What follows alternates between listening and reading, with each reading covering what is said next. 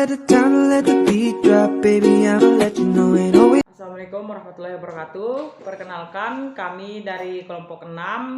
Di sini kami akan membahas tentang sumber-sumber pendapatan desa. Di sini saya atas nama Titi Sarpiani dan rekan saya atas nama Dirgantara dan rekan sebelah kiri saya Anis Ilahi. Di sini kami bertiga akan mempresentasikan hasil kerja kami.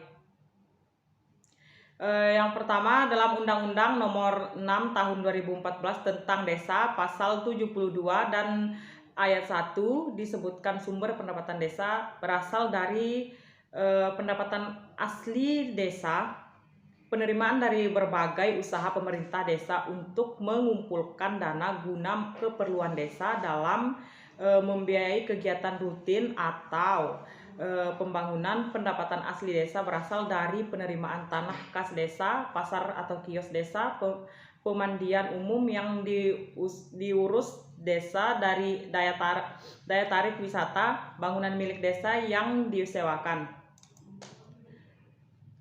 Kemudian yang kedua, dana desa. Dana desa adalah dana yang bersumber dari anggaran pendapatan dan belanja negara yang diperuntukkan bagi desa yang ditransfer melalui anggaran pendapatan dan belanja daerah, kabupaten atau kota yang digunakan untuk membiayai penyelenggaraan pemerintah, pelaksanaan pembangunan, pembiayaan kemasyarakatan, dan pemberdayaan masyarakat menggunakan alat berat serta sumber lainnya dan tidak untuk dijual belikan.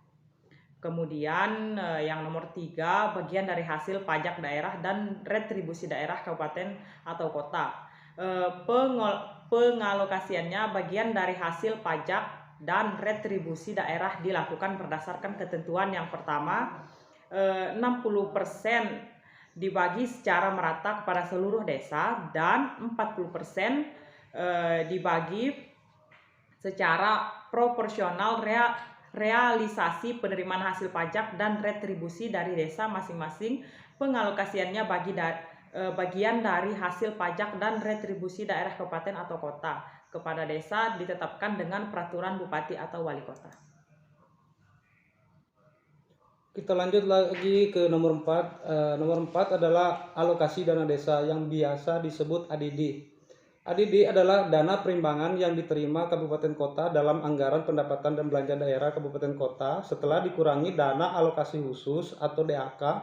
ADD paling sedikit 10% dari dana perimbangan yang diterima kabupaten kota dalam anggaran pendapatan dan belanja daerah setelah dikurangi dengan dana alokasi khusus. Lanjut yang kelima, bantuan keuangan dari APBD provinsi dan APBD kabupaten kota. Menurut Peraturan Pemerintah Nomor 43 Tahun 2014 tentang Peraturan Pelaksanaan Undang-Undang Nomor 6 Tahun 2014 tentang Desa, pemerintah daerah provinsi dan pemerintah daerah kabupaten kota dapat memberikan bantuan keuangan yang bersumber dari anggaran pendapatan belanja daerah provinsi dan anggaran pendapatan belanja daerah kabupaten kota kepada desa.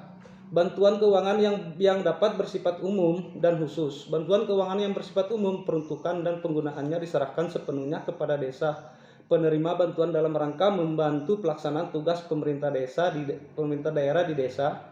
Bantuan keuangan yang bersifat khusus, peruntukannya dan pengelolaannya ditetapkan oleh pemerintah daerah pemberi bantuan dalam rangka percepatan pembangunan desa dan pemberdayaan masyarakat. Terus yang keenam, hibah dan sumbangan yang tidak mengikat dari pihak ketiga.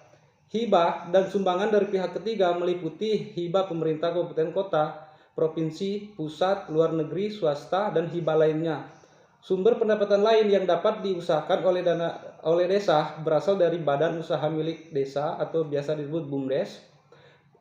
Terus pengelolaan pasar desa, pengelolaan kawasan wisata skala desa, pengelolaan tambang mineral bukan logam dan tambang batuan dengan tidak menggunakan alat berat, serta sumber lainnya dan tidak untuk diperjualbelikan.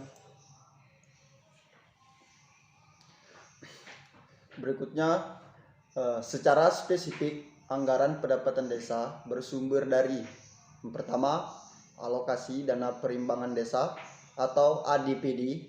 Yang kedua, dana desa atau DD.